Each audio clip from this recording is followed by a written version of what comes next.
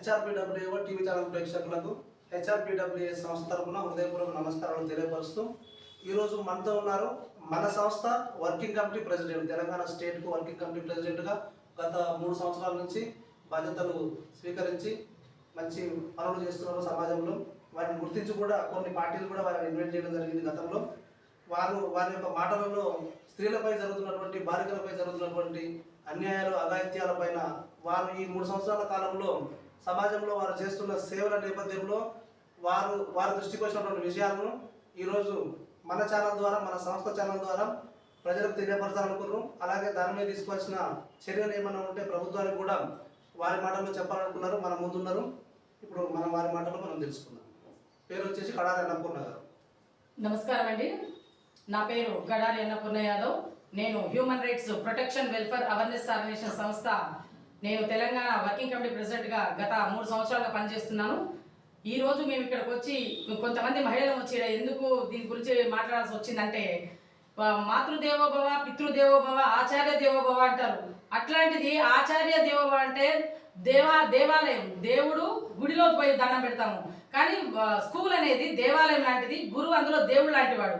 అట్లాంటిది ఈ రోజున ఏమైతుందంటే, స్కూల్లో 8వ తరగతి 7వ తరగతి చిన్న పిల్లల మీద లైంగిక వేధింపులు జరుగుతున్నాయి. ఈ మొన్న జస్ట్ రీసెంట్గా 2 రోజుల క్రితం వచ్చింది ఇబ్రాహీంపట్నం పరిధిలో ఒక మోడల్ స్కూల్ యాజమాన్యం అని తెలిసింది మాకు. మోడల్ స్కూల్లో జరిగిన ఒక పాప మీద అత్యాచారం జరిగింది. ఇంకొకటి గతంలో కూడా ఒక వారం 10 రోజులు కూడా కాలేదు, నెల రోజుల క్రితం కూడా 1-2 ఇబ్రాహీంపట్నంలో చోటు చేసుకున్నాయి. మెయిన్ ఇక్కడ చెప్పాల్సింది ఏంటంటే, మైనర్ బాలికల మీద 10th కూడా చదవని పిల్లలు, 7వ తరగతి 8వ తరగతి కనీసం 5 సంవత్సరాల పిల్లలు కూడా వదిలిపెట్టట్లేరు.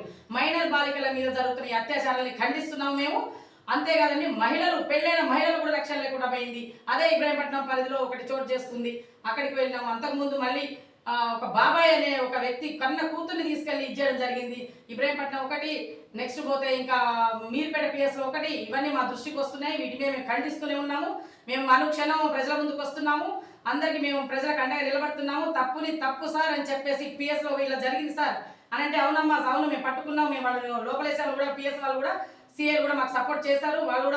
వాళ్ళు ధర్మంగా వాళ్ళ డ్యూటీ వాళ్ళు చేస్తూ దోషుల్ని పట్టుకొని లోపలేస్తున్నారు. కానీ నేను జరగాల్సింది ఒకటే ప్రభుత్వాన్ని, అయ్యా మైనర్ బాలికలకి రక్షణ కల్పించండి. చిన్న పిల్లలు అభంశుబంధిలోని తల్లి ఒడలు ఆడుకునే పిల్లలు, గతంలో సరూర్ నగర్లో 5 సంవత్సరాల బాలిక మీద కూడా అఘాయిత్యం జరిగింది.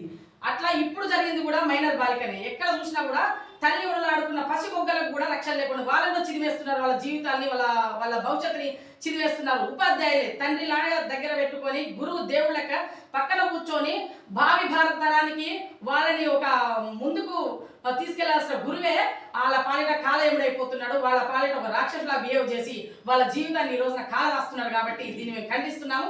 ఇలాంటివి జరగడానికి వీల్లేదు. ఏ ఏరియాలో కానీ, మన తెలంగాణ రాష్ట్రం, ఆంధ్ర అనే కాకుండా యావత్ భారతదేశంలో కూడా మైనర్ బాలికల మీద, పెళ్ళైన గురువుల మీద, ఉద్యోగం చేసుకుంటున్న ఆడవాళ్ళ మీద కూడా అఘాయిత్యాలు జరుగుతున్నాయి. కాబట్టి వీటిని చట్టసభలో మీరు గతంలో మనకు వచ్చిన చట్టాలు, నిర్భయ చట్టం వచ్చింది, కొన్ని చట్టాలు వచ్చినాయి, కానీ అవన్నీ నీరు గారిపోయినాయి. వాటి వల్ల ఏం ఉపయోగం మహిళలు కావట్లేదు. ఇంకొకటి ఏంటంటే, ఇప్పుడు పసిపిల్లల మీద జరిగే అఘాయిత్యాలకు మాత్రం ఇమ్మీడియట్లీ శిక్ష పడాలి. కాలయాపన చేయకుండా వాళ్ళకి ఏదో బెయిల్లను మేము ఇన్వెస్టిగేషన్ చేస్తున్నాము, తర్వాత లోపలేస్తాము, అది 60 రోజుల, నెల రోజుల అయినది ఇంత కాకుండా వాళ్ళని 24 అవర్సా, 72 అవర్సా, 80 అవర్స్ ఒక టైం తీసుకుని 2 రోజులు 3 రోజులు వాళ్ళని అమెరికాలో, దుబాయ్లో కనుక అక్కడికక్కడ ఎట్లా కాల్చి చంపుతారో, ఆడపిల్లల మీద అత్యాచారం చేసిన వాళ్ళని అక్కడ కాల్చి చంపడం, నలుగురి మధ్య ఉరేయడం ఎలా ఉన్నాయో అలాంటి చట్టాలు మన భారతదేశంలో కూడా రావాలి.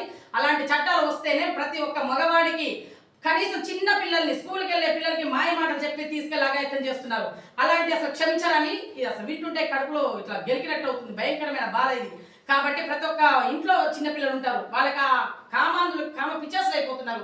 కాబట్టి వాళ్ళకి కఠిన శిక్ష పడాలి అంటే ఇమ్మీడియట్లీ రేవంత్ రెడ్డి గారిని, అయ్యా సీఎం గారు చేతులెత్తి దండం పెడుతున్నాం మీకు. ఎందుకంటే చిన్నపిల్లలకి, ఆడవాళ్ళకి రక్షణ కల్పించండి. గతంలో వచ్చిన చట్టాలు ఉన్నాయి కదమ్మా అని మీరు అనొచ్చు. మళ్ళీ ఇప్పుడు మాకు చట్టం కావాలంటే ఆ చట్టం కూడా ఎట్లుండాలంటే ఇమ్మీడియట్లీ శిక్ష పడేటట్టు ఉండాలి. ఆ శిక్ష చూసి ఇంకొక మగవాడు ఆడపిల్లల మీద అఘాయిత్యం చేయాలి అంటే భయపడేటట్టు ఉండాలి. అమ్మ అని దండం పెట్టే స్థితికి రావాలి. ఎందుకంటే ప్రతి ఒక్క ఆడవాళ్ళ తల్లి లేనిది ఈ రోజున మనం లేవండి. తల్లి, మన ఇంట్లో చెల్లి, ఒక భార్యగా ఇన్ని పాత్రలు పోషించేది ఆ స్త్రీ కానీ ఇంట్లో నీ బిడ్డగా పెరుగుతున్న నీ ఇంట్లో ఒక పసిపిల్ల మీద చేసేటప్పుడు ఇంట్లో నీ బిడ్డని గుర్తు రాలేదా అని నేను ప్రశ్నిస్తున్నా. నీ అన్నదమ్ములో, నీ అక్క చెల్లెలో ఇంట్లో నీకు 5 ఏళ్ళు 7 ఏళ్ళు 10 ఏళ్ళ పిల్లలు నీకు లేరా? వాళ్ళు నీకు దృష్టికి రావట్లేదా అని నేను ప్రశ్నిస్తున్నా. అట్లాంటి ఉపాధ్యాయుడికి కానీ ఏ పొజిషన్లో ఉన్న వ్యక్తికైనా సరే ఆడపిల్లల మీద అత్యాచారం చేస్తే మాత్రం సహించేది లేదు. మేము ఖండిస్తున్నాము. రేవంత్ రెడ్డి గారిని అయ్యా సీఎం గారిని మేము వాళ్ళకి కఠిన శిక్ష వేయాలి, వాళ్ళకి బెయిల్ రావద్దు, వాళ్ళకి ఎలాంటి కాలయాపన చేయొద్దు, దీనికి ఒక చట్టం తీసుకురావాలి, ఇమ్మీడియట్లీ వాళ్ళకి శిక్ష బర్తడి చేయాలి తండ్రి. ధన్యవాదాలు. ఓకే, ఇప్పుడు మనతో వారి యొక్క అభిప్రాయాన్ని చెప్పారు. ఇక్కడ మనం గమనించాల్సిన అంశం ఏంటంటే విద్యాబుద్ధులు నేర్పించవలసిన ఉపాధ్యాయులు ఈ విధంగా ప్రవర్తించడం అనేది చాలా బాధాకరమైన విషయం. వాస్తవంగా చూస్తే ఈరోజు తరగతి గది నుంచి వచ్చిన వారే రేపు అందులో నుంచే MLA, MP, minister, CM, PM, police, political, judicial ప్రతి వ్యవస్థ, మన దేశంలో నడిచే ప్రతి వ్యవస్థ కూడా ఇక్కడి నుంచి వచ్చిన వారిలోనే ఉంటుంది కనుక ఇక్కడనే ఈ విధంగా జరుగుతుందంటే దీనికి కారణం ఏమై ఉండొచ్చు అని ఆలోచిస్తే చిన్న వయసులో అవేర్నెస్ లేకపోవడం. చూడండి, మనం గమనిస్తే ఇప్పుడు అతను ఒక ఉపాధ్యాయ వృత్తిలో ఉన్నాడు, అయినా ఇలాంటి చర్యలకు పాల్పడిండు అంటే అతనికి చదువు లేదా, సంస్కారం లేదా, చట్టం తెలియదా, అన్నీ తెలుసు. కానీ ఇక్కడ మనం గమనించాల్సింది సంస్కారం లేదు, అవగాహన లేదు, సంస్కారం లేదు. అవగాహన ఉన్నా సంస్కారం లేదు. అంటే చదువు ఒకటే ఇంపార్టెంట్ కాదు, క్రమశిక్షణతో కూడిన చదువు. విద్యకు ఆభరణం లాంటిది క్రమశిక్షణ. అంటే ఇక్కడ విద్యాబుద్ధులు ఇప్పుడు ఏ విధంగా నడుస్తున్నాయంటే పిల్లలకు సాధారణంగా చూస్తే మనము ఎన్ని మార్కులు వచ్చినాయి, 100కు 90.9% వచ్చిందా, 99% వచ్చిందా, ఎంత పర్సెంట్ వచ్చింది ఇది చూస్తున్నారు. కానీ పిల్లవాడు ఏ విధంగా ప్రవర్తిస్తున్నాడు, అతని ప్రవర్తనలు ఏ విధంగా ఉన్నాయి, వాడు రేపు దేశానికి భావి భారత పౌరుడు, వాడు కావాల్సిన వాడు దేశానికి మంచి భావి భారత పౌరుడు అవుతుందా, లేదంటే ఈ విధంగానే ఉపాధ్యాయ వృత్తిలో వండుకుంటూ కూడా ఈ విధమైన అఘాయిత్యాలకు పాల్పడుతుందా. మనం చూసినట్లయితే మన హాస్పిటల్లో జరిగింది సంజయ్ రాయ్ విషయానికి వస్తే, ఆ సంజయ్ రాయ్ ఒక పోలీస్ డిపార్ట్మెంట్కి సంబంధించిన వ్యక్తి, అతనికి చట్టం తెలియదా, ఆయన ఎందుకు ఆ అఘాయిత్యానికి పాల్పడవలసి వచ్చింది అంటే కామన్ సెన్స్ లేదు, క్రమశిక్షణ లేదు, సంస్కారం లేదు. వీటికి తావు లేకుండా పోతుంది మన భారతదేశంలో. మాట్లాడితే ఇప్పుడు మోడీ గారు కొంత ఈ సంస్కారం నేర్పించడానికి ప్రయత్నం చేస్తుంటే కొంతమంది ఈ ప్రయత్నాన్ని అడ్డుకునే ప్రయత్నం చేస్తున్నారు. ఇక్కడ హిందూ అంటున్నాడు, అదంటున్నాడు. మన సాంప్రదాయాలు చూసినట్లయితే గతంలో క్రమశిక్షణతో కూడిన విద్యా బుద్ధులు ఉన్నాయి గతంలో. అప్పుడు ఇలాంటి అఘాయిత్యాలు ఉన్నాయా? అప్పుడు ఉపాధ్యాయులు లేరా? అప్పుడు ఇంజనీర్లు లేరా? అప్పుడు డాక్టర్లు లేరా? అందరు ఉన్నారు. అయినా కూడా ఏ విధంగా ఉంది అప్పుడు పరిస్థితులు, ఏ విధంగా ఉన్నాయి అంటే ఇలాంటి అఘాయిత్యాలు జరిగినాయా? జరగలేదు. రాను రాను కుల సాంప్రదాయాలు, మానవతా విలువలు ఇవన్నీ కోల్పోవడానికి కారణం ఏంటంటే క్రమశిక్షణతో కూడిన విద్యను ఉపాధ్యాయులు అందించకపోవడం. అంటే క్రమశిక్షణతో కూడిన విద్య నేర్చుకున్న ఉపాధ్యాయుడు ఆ పాఠశాలలో ఉపాధ్యాయ వృత్తిలో ఉన్నట్లయితే పిల్లలు నష్టపోయే అవకాశం ఉండదు. ఇక్కడ జరిగేది లోపం అదే. చదువుతున్న మనం ఉద్యోగాలు వస్తున్నాయి, అన్నీ వస్తున్నాయి. మనం ఉద్యోగం వచ్చిన తర్వాత మన క్రమశిక్షణ ఎక్కడ పోతుంది అంటే మనం క్రమశిక్షణతో చదవట్లే మనము. ఇది అసలు కారణం ఇది.